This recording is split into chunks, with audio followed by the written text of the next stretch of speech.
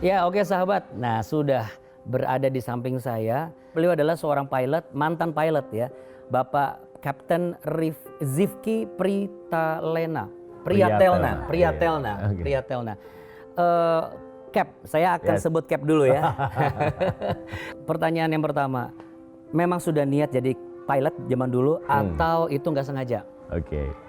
Jadi saya ini kalau orang bilang itu Zivki family is born to fly.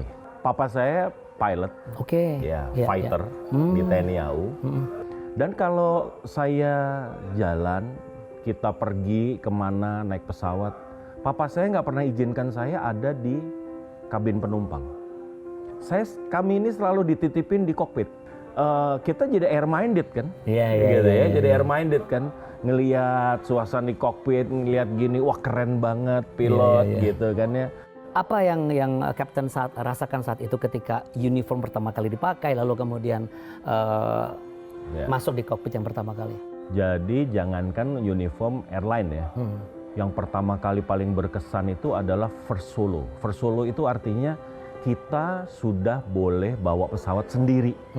Wah, itu pengalaman yang paling manis juga paling menakutkan. Kenapa? Karena waktu kemarin-kemarin, wah kalau ada apa-apa mesti ada instruktur kan. Terus sekarang begitu balik ngelihat landasan, wah loh ini bisa landing nggak ini?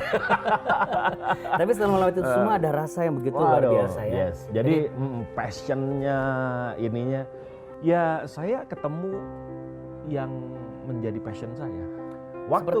Waktu kita bicara mengenai lifestyle dari pilot dengan pride yang demikian luar biasa, dengan kelas yang tersendiri, akhirnya kita punya kesempatan yang banyak untuk lupa diri, gitu. Dalam artian kita bisa masuk ke satu pergaulan yang betul-betul hedonis iya gitu. Terus ya udah materialis juga. Itu udah pasti hedonis, materialis akan ngikutin kan? Itu sudah pasti. Udah pasti. Ya pasti kehidupan malam itu pasti. Itu saya nikmatin sampai satu titik. Ada yang begitu saya lihat, kok hidup begini ya. Jadi ternyata di sini itu ada sesuatu yang kosong, bolong. Gitu. Iya. Kayak donat. Iya, bolong apa ya gitu loh. Ini adalah menjadi akibat di mana ada perubahan waktu itu, transisinya adalah mulai saya berjalan dari my passion to his passion. Nah, apa yang membuat Anda sadar ini is about his passion, not your passion? Saya ngerasa, oh ini kok mulai terisi nih. Ya. Empty space ini mulai terisi nih. Nah, waktu ini mulai terisi, akhirnya saya bilang, ini hidup. Sampai satu titik di mana Tuhan whispering, nggak keras, nggak pakai kejadian yang aneh-aneh. Tuhan cuman whispering. Aku mau kamu layani aku sepenuh waktu.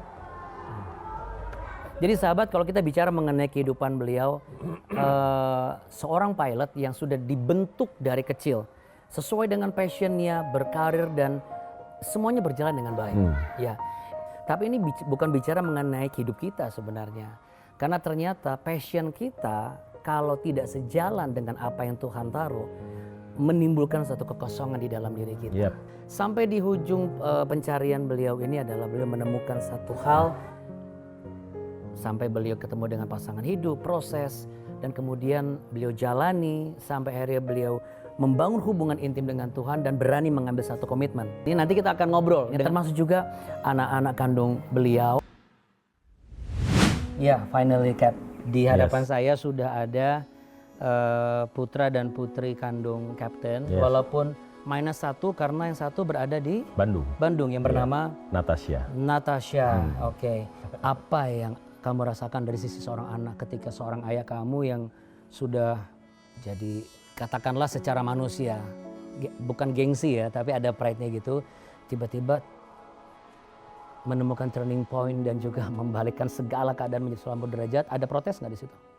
Waktu itu mungkin memang I was so young, jadi aku nggak begitu terasa dari sebuah anak seorang pilot, terus kemudian menjadi pendeta. Ya papa, puji Tuhan dia berhasil memang menggiring kita untuk hidupnya sekarang begini, udah nggak kayak dulu lagi.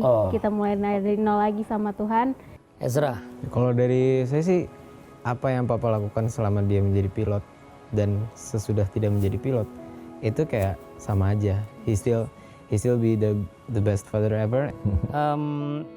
Cap, inget nggak obrolan kita pertama, jet manuver kan? Ternyata itu nggak cuma butuh skillful pilotnya kan, butuh mesin pendorong. Oke. Saya ingat sekali statement Kapten ketika menyebut sebuah nama yang begitu berkesan dalam kehidupan seorang kapten. Wanita itu adalah dengan nama lengkap Ibu Eni Ristanti. Ibu Eni Ristanti. Apa yang menjadi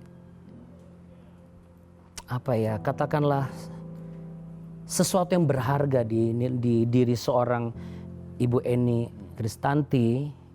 Jadi Eni itu contoh waktu saya dapat panggilan ya. Istri mana sih yang suaminya gajinya udah berjuta-juta gitu ya, puluhan juta mungkin ratus ya. Kemudian nggak ada angin, nggak ada hujan, terus tiba-tiba saya bilang, Ani, aku kayaknya Tuhan panggil. Maksudnya gimana? Aku nggak terbang lagi. Berhenti jadi pilot? Iya. Terus jadi apa? Nggak tahu, tapi aku melayani Tuhan. Gitu. Dan Tuhan minta untuk fokus. Istri saya nggak argumentasi yang panjang. Dia cuma bilang, kalau itu memang panggilan kamu, jalanin Ani. Istri saya pegang pundak saya ingat sekali.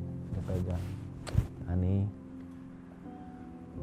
dulu kita punya apa? Kita nggak punya apa-apa kok. Tuhan bangun hidup kita sampai hari ini. Kalau Tuhan yang sama minta kita mulai dari nol, dia bilang, kenapa kamu takut? Jangankan itu, udah kemarin ya loh waktu dia divonis cancer gitu. Tenang, Tuhan pasti sembuhin kamu, Ani. Ani, tahu nggak? Sembuh itu bukan target buat aku. Kalau Tuhan mau sembuhin hari ini, nggak pakai dokter, nggak pakai obat, nggak pakai alat, sembuh. Aku percaya kok, Tuhan kita Maha Kuasa. Tapi kalau Dia izinkan kita berproses, Tuhan ajarin kita. Jadi targetku tuh, aku pengen tahu apa yang Tuhan mau dengan proses ini. Saya ingat istri saya bilang, kalau cuman mati Hani, nggak hari ini aku mati, besok aku mati. Kalau nggak besok, lusa mati. Tapi satu kali aku pasti mati. Bukan itu yang harus dipikirin. Kamu juga satu kali akan mati. Aku sakit duluan, apakah aku akan mati duluan? Belum tentu juga. Apakah anak-anak pasti lebih lama? Belum tentu juga. Gitu. Tetapi kematian itu pasti akan mendatangi kita. Satu kali nanti mujizat nggak terjadi kok dalam hidup kita. Kenapa? Karena waktunya sudah pulang kita. Jadi soal mati nggak usah didiskusiin. Bukan itu, aku nggak takut.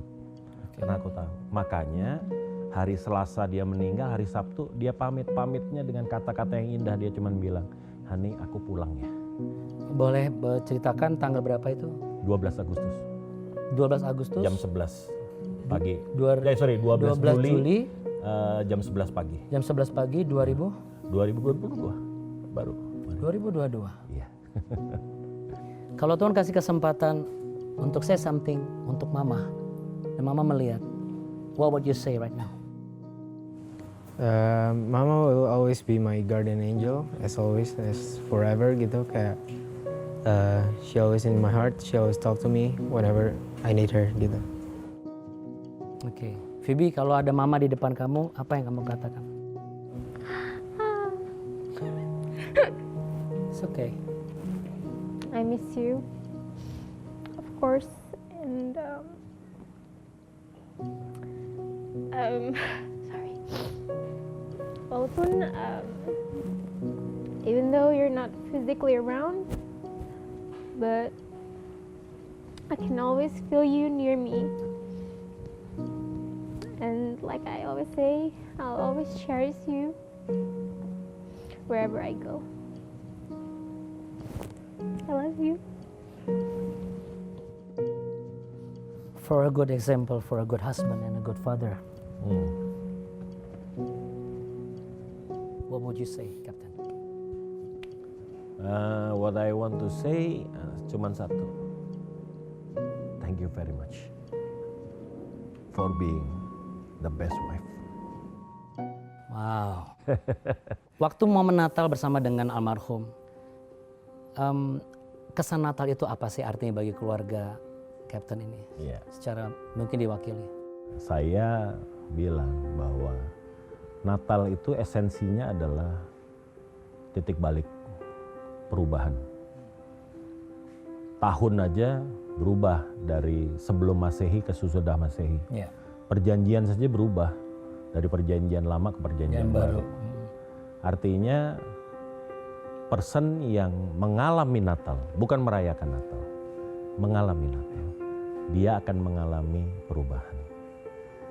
Kalau tadi udah cerita 23 Maret 1998, titik balik.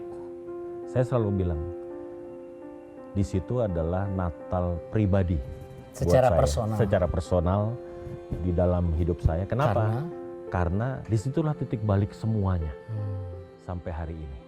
Dan terus diperbaiki, terus disempurnakan, dan terus ditambah-tambahkan sampai hari ini. Oke. Kalau kita mau jujur sahabat, setiap kita ini butuh dua hal dalam hidup ini. Jawaban dan kesempatan. Entah itu kita membutuhkan kesempatan untuk mendapatkan jawaban, atau kita membutuhkan jawaban supaya kita tahu apakah saya masih punya kesempatan.